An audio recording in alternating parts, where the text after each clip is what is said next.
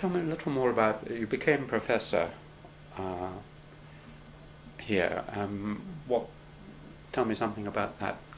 Well, that was quite an ordeal, actually, because my immediate predecessor was an outstanding Oxford-trained chemist named Jack Linnet, and he came to be professor of physical chemistry, a very distinguished chair. He was a 1920 chair, it's quite an important one. His predecessor was Nobel Prize winner Norris. Now, Jack Linnet was such a wonderful human being. Everybody liked him. He was quickly made master of Sydney, Sussex, and then in no time at all he became Vice-Chancellor. And he was immensely immersed in administration, and as a consequence, the Department of Physical Chemistry wasn't really as efficient and as efficiently run as, say, the other subsections of chemistry were organic chemistry and inorganic chemistry and theoretical chemistry. So when I arrived, I found that, some of the technicians were growing tomatoes in their rooms. Nobody was checking what they were doing. Mm. And, well, it was a wonderful opportunity, meeting these bright young students. So the real big impact, and it's still something that I'm amazed by, is to find how bright the Cambridge students are. There was a difference. Oh, there was. I mean, look, I had some outstandingly bright students, but I would say that 5 out of the 10, any given 10, you could make into PhD students, right? Whereas in Cambridge, 9 out of 10 would be capable of being made PhD students. I mean, they were so quick-witted, they were so smart. I mean, some of them were mathematically phenomenally able. Some were extremely articulate, some were not wired for sound, but they were nevertheless extremely able. And to give supervision as I did in the department, I used to get them in groups of 5, sit around my table. That was some of the most exhilarating teaching I've ever done, I'd go through the coursework. I did quite a lot of lecturing in Wales, I'd give about 100 lectures a year. But here in Cambridge, I was giving about 30 a year, or even 20 a year. And that wasn't regarded as too light a load. Mm. So I enjoyed doing the supervision. It's the students, the quality of students that struck me as being totally extraordinary. And, the ability that they had to tackle a problem which I myself felt I wasn't totally confident that I could do. I'll give you an example. A boy from St. John's came up to chemistry to see his friend from St. John's, saw things on the wall that were my description of my work, my electron microscopy and so on, and they were on minerals. This fellow said, well, I'm interested in minerals, I wonder whose work this is. And he, cutting a long story short, he came to join me, asked if he could become my PhD student. That boy, who was now a leader in St. Andrews University, he had the ability to tackle problems which I knew deep down I couldn't really solve on my own. If I could say to him, now Paul, this is the essence of the problem. Now you're going to run into some fierce mathematics on that side. Now we need some very careful, dexterous, manipulative chemistry on that side. And you've got to bring them all together. And you'd go away and within a year it was done, you see. It was terrific.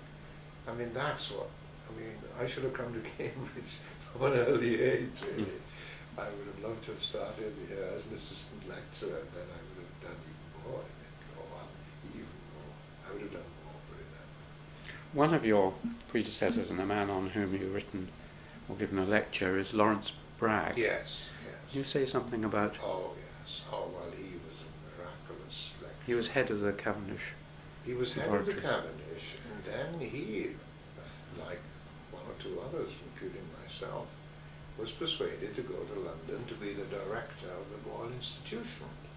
And the Royal Institution is a unique place. I mean, I don't want to go into the entire history, but it was founded by this incredible American, Benjamin Thompson, Count Rumford. And the job of the director of the Royal Institution is to portray and explain science to adult lay people, interested, intelligent individuals, and to school children. Now, Lawrence Bragg was the founder of crystallography. I mean, he's the youngest ever Nobel Prize winner. He won the Nobel Prize at the age of 25. No other subject in any subject has come by. He and his father shared it. Well, he was a young student in Cambridge and interacting with his father, and he realized something brilliantly new about X-rays and crystals. And then we have the Bragg equation, the Bragg method of solving the structure of a material from solids. You see, it's an amazing thing. If you take a hormone, which has just been extracted, or you take a protein from the body, nowadays you could take very complicated enzymes, and weirdly complicated, it might be 2,000 atoms in them. If you can get those to crystallize, form a nice little small crystal like a grain of salt with X-rays, you can work out the positions of all those atoms. You can get the structure of the enzyme, you can get the structure of the protein. It's a marvelous thing. It's revolutionized science. It's the single most important technique that the physicists have ever produced. Still is. Gosh.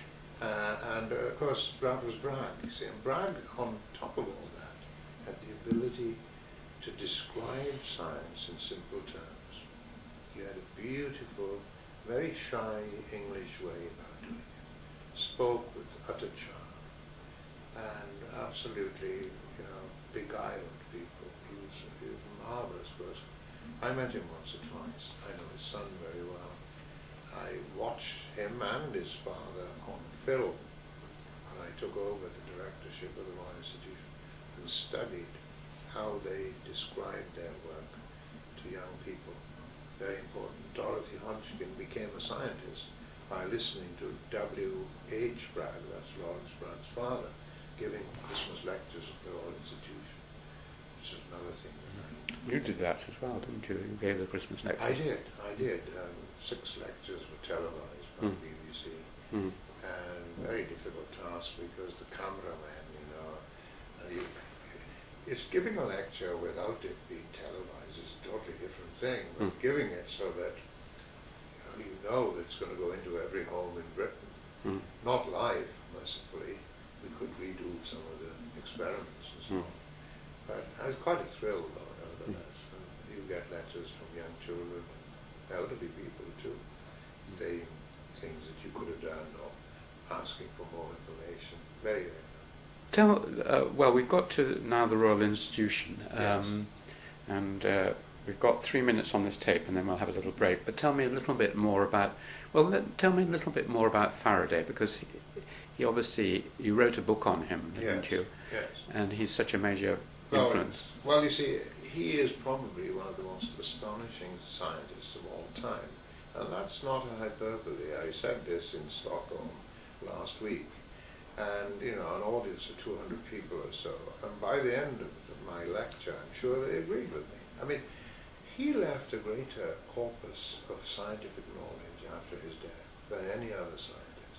And yet he left school at 13, equipped only with reading, writing, and arithmetic, became a bookseller's apprentice. At the age of 21, he was going to, the Literary and Debating Society meetings in London. He heard Humphrey Davy lecture at the Royal Institution. It transformed his life. He decided to become a scientist. And at 21 he started. By the age of 34 he was a fellow of the Royal Society. By the age of 50 he was a fellow of all the academies of the world. And many, many things that he did. The single most important thing, to prove that you can extract electricity from a magnet. I can tell you more in 2 minutes' time if you like. But if you wave any conducting wire or rod past the magnetic field and do it repetitiously, you can generate electricity. He discovered that August the 29th, 1831. And that's how all the electricity, more or less, on Earth today is produced. Electrical generators, the dynamo action is based on that. If you convert muscle power to electrical power by cycling, or hydroelectric power, what you're effectively doing is giving enough push to turn something like a magnet around a coil, or passing a coil within a magnet. The other thing that Faraday did, which is brilliant, you see, he proved that every ray of light has both a magnetic and an electrical component. Now, if that were not true, the fax machine, the telephone, the telegraph, the CD, your camera would not work. And he proved that in 1845. Well, look, Faraday started at the Royal Institution, aged about 22. And, I mean, he knew very little experimental chemistry, but he'd been guided by Sir Humphrey Davy, who took him on a European tour. And day to day, I mean, he watched Davy at work. Davy went on his extended honeymoon, effectively, with a mobile laboratory, and synthesized various materials, in fact, isolated iodine while in Paris and so on. So Faraday came back equipped with some intellectual know-how and technical skills. Well, in no time, he liquefied about 6 gases that had never been liquefied before, including ammonia, and that's the forerunner of the sort of refrigerator. But his big step forward was to develop the laws of electrolysis. Now, you might say, well, why should we be interested in those? Well, apart from telling you what conditions you need to have and how you go about depositing, shall we say, silver on iron, or electroplating anything with chromium or whatever, it was sensational from the point of view of the nature of the world, because he was able to pull out from his law, which he discovered, the fact that matter and electricity were related, that in other words, that matter was fundamentally made up of electrical units. That was a huge step forward. According to Feynman, the great American theoretical physicist, that's one of the most dramatic moments in the history of science. Now, that came in 1933, but as I was telling you, 1833. But in 1831, he discovered electromagnetic induction. Well, that was important because it was of immense practical significance. Then came in 1845 what I believe is one of his most sensational discoveries, the realization that light had an electrical and magnetic component. See, because of his religious beliefs, he was a Sandemanian. He believed that there was a unity in all the forces of nature. In one of his papers, he starts the opening paragraph describing this effect that he had discovered in 1845. I have long held an opinion, amounting almost to conviction, that all the forces of nature are of one common origin. And that's why you have electrochemistry, magneto-optics, electromagnetism, and so forth. He was looking for the grand unification, which is still being searched by cosmologists to this day. Now, it so happens that if you think about how the modern world works with all the electronic accoutrements that you have, so much a feature of the ferment of 21st century life, you can't explain any one of those from Newtonian physics. Newton's laws tell you how the sunset and sunrise works. You know, you can predict them, you can compute the sort of the orbits of comets and planets and space vehicles. You can predict the ebb and flow of the tide. But Newton's laws will not help you one iota in explaining the transmission and reception of radio waves, the way the telephone works, the way the fax machine works. All these things go back step by step to Faraday. Faraday and another great man, James Clerk Maxwell. And Faraday and Maxwell became profound friends. Did they? Oh, yes. Oh, they admired one another. Wasn't Faraday a lot earlier than Maxwell? Oh, much earlier. In fact, Faraday discovered electromagnetic induction the year that James Clerk Maxwell was born, 1831. And much later, it so happens that Maxwell read of Faraday's law, Faraday's idea about the lines of force. You know, if you have a magnet, I'm sure this experiment was done to you when you were at school. You can sprinkle iron filings on a sheet of paper, and you put a magnet underneath, and you tap it, and you see these lines of force. Faraday wondered about these. Well, James Clerk Maxwell decided to submit a research fellowship thesis to Trinity College, Cambridge in 1854 on Faraday's lines of force. It's providential. You know, it's an unbelievable state of affairs. They got together. And of course he put mathematical language into it. And it changed the world. Maxwell's laws will last forever. And they are permanent, part and parcel of the way in which we view the cosmos, as it were. So Faraday was not only a brilliant experimentalist, he had profound intuition. He had great dexterity in making new equipment, in making more sensitive equipment, more refined tools. He also was morally incorruptible. He was an incredible man. He was ferocious in his own self-criticism, but charming and kind and tolerant of others. His favorite verse in the Bible was from the book of Job. If I justify myself, my own mouth shall condemn me. If I say I am perfect, it shall also make me perverse. Very profound. It's marked triply in his Bible. Terrific, you know. So I love talking about Faraday. I once read that his mathematics was extraordinary because it was completely unconventional. Well, it was primitive. He knew no algebra, you see. In none of his 452 articles is there a single equation. And yet, James Clerk Maxwell could describe Faraday as one of the greatest theoreticians of all time. Now, you work that one out. Exactly. Well, because he had such limpid clarity of thought. He had a passion for clarity in designing an experiment, in executing it, in describing it, and in also in illustrating it to lay people. I mean, he was a great inspiration for Lawrence Bragg, you see.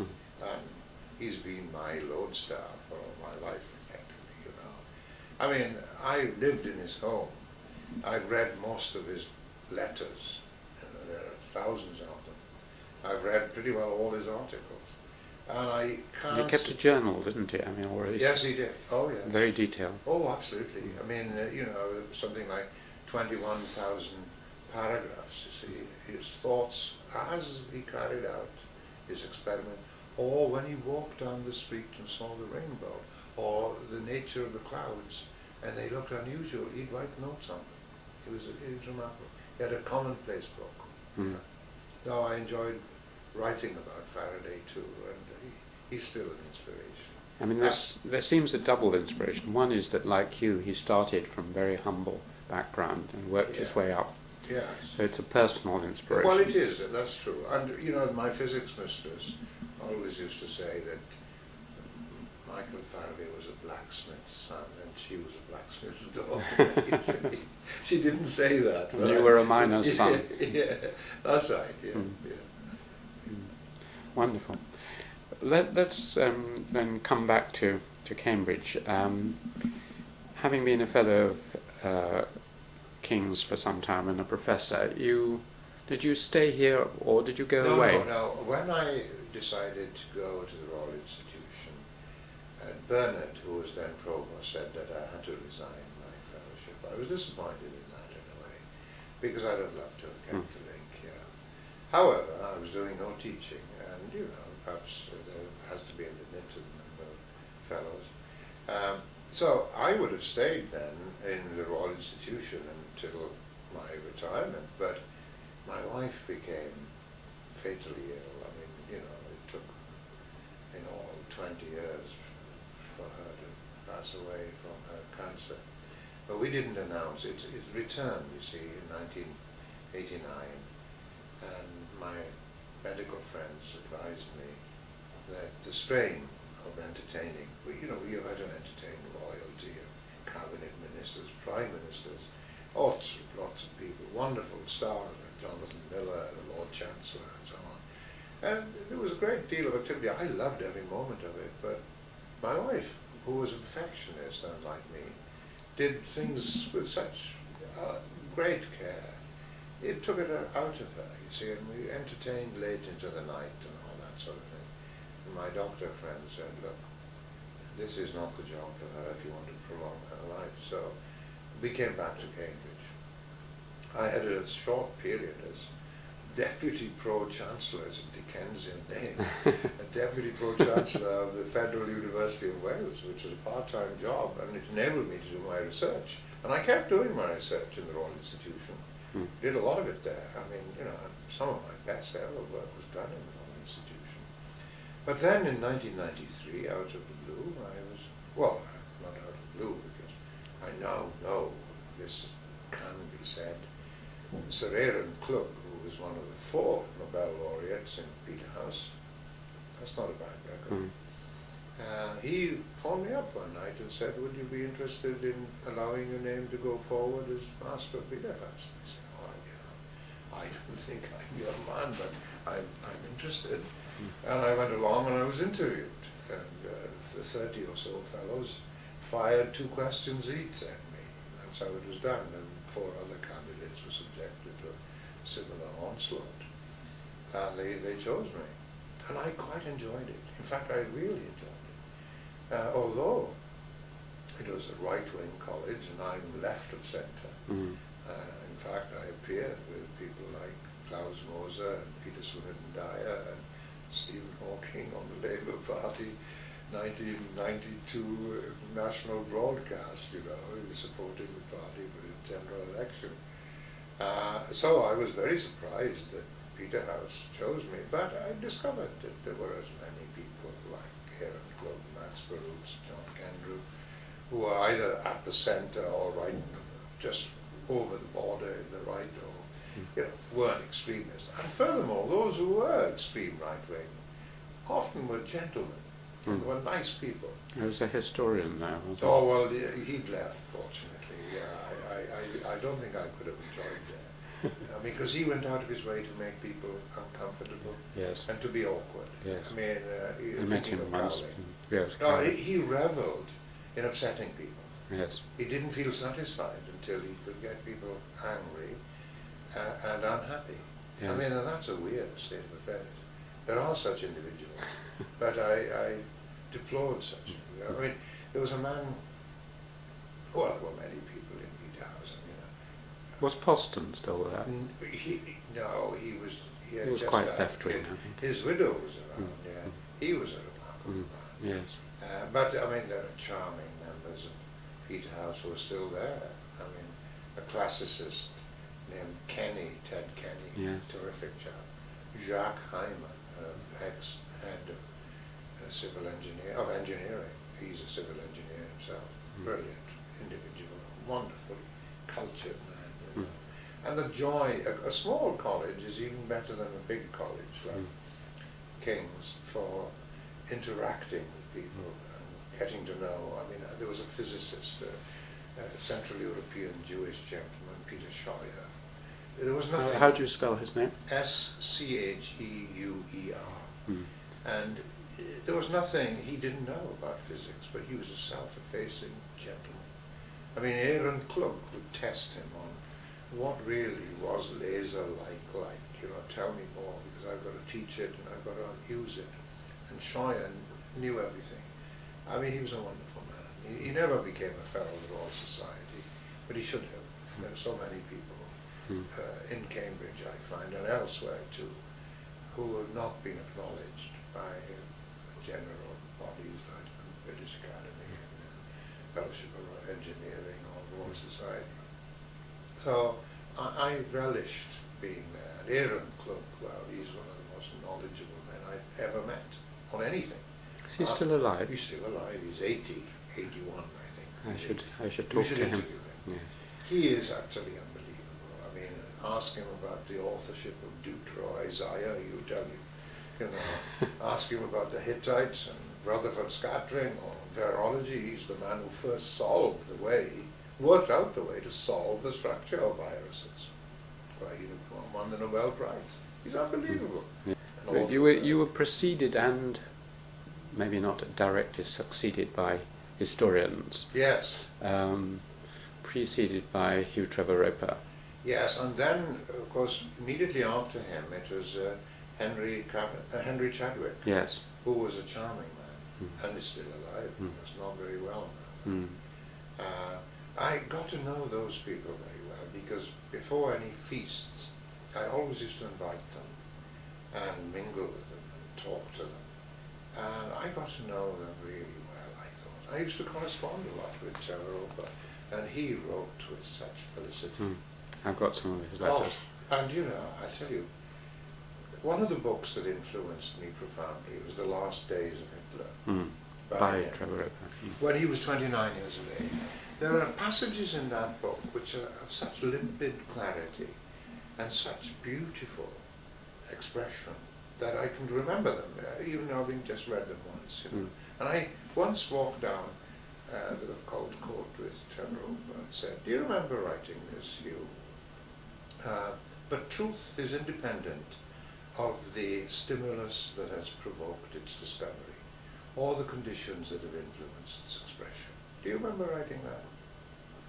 I don't. No, I can't remember it either. Well, that's how he described Goebbels, you see. I mean, think of the beauty of that sentence. Wonderful. Absolutely. One of his favourite quotations for me was one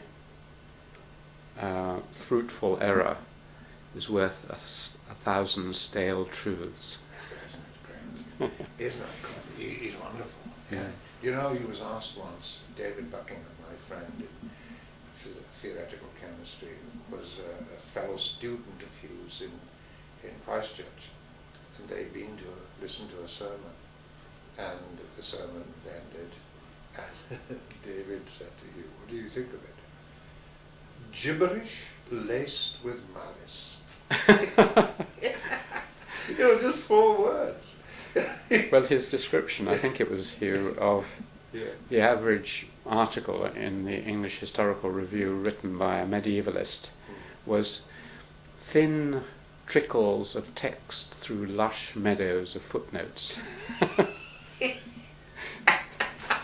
Fabulous! Just one thin line trickles of text. of text. But one fruitful error is worth 1,000 stale truths. Very good. I mean, he was a wonderful lecturer too. Yeah, he was. Yeah. Well, I enjoyed my time. And look, one of the great things about being master, Alan, is that you can help so many people. That sounds very earnest, I know. But look, you do feel better if you've done a good deed. Yeah, obviously, it's better to feel satisfied that you've been fair and kind and helpful to people than if you've stopped them or made them angry or made them disappointed or unhappy. So, you know, there were young students who'd come along and say, "Well, you know, I'm not really keen in doing physics, maths and chemistry. I did it because my parents told me to do it. I really want to do German." And so, as master, you could nudge them and say, "Look, go and speak to the tutor," and so on. And you then realize, too, that how critical a role the senior tutor plays in the college. The verbal skills and the inspirational zeal that a senior tutor confronts the student with is extremely important, in my opinion. And it makes a difference between success and failure for the undergraduates. And you know, your job is to make sure that things run smoothly. Well, fortunately, over the centuries, the system has evolved in a Darwinian kind of way, such that, you know, you have a bursar, an assistant bursar, you've got a clerk of works, and you've got tutors, and you've got supervisors. There's plenty of checks and balances, and you can come in and see it in an overarching way. But the thing I think that's the most important job for a fellow, for a master, is to choose fellows, you know, and especially to choose research fellows. I took that extremely seriously. I read every single application. You know, I went through it with a tooth comb. And in fact, when we advertised for a bursar's job, I had 508 applicants. Because we didn't have a bursar. You see, we had a part-time bursar who was a fellow doing something else. And I decided we had to have a bursar. Too complicated a world these days. You've got to have a full-time bursar. So I went through 508 applicants. I didn't go for a headhunt. I don't believe in headhunting. You know, not for the university world. If you want to choose a new vice-chancellor at the university, don't go to headhunters. What will they know? Mm. Ask the people who are here. Mm. That's how it should be done.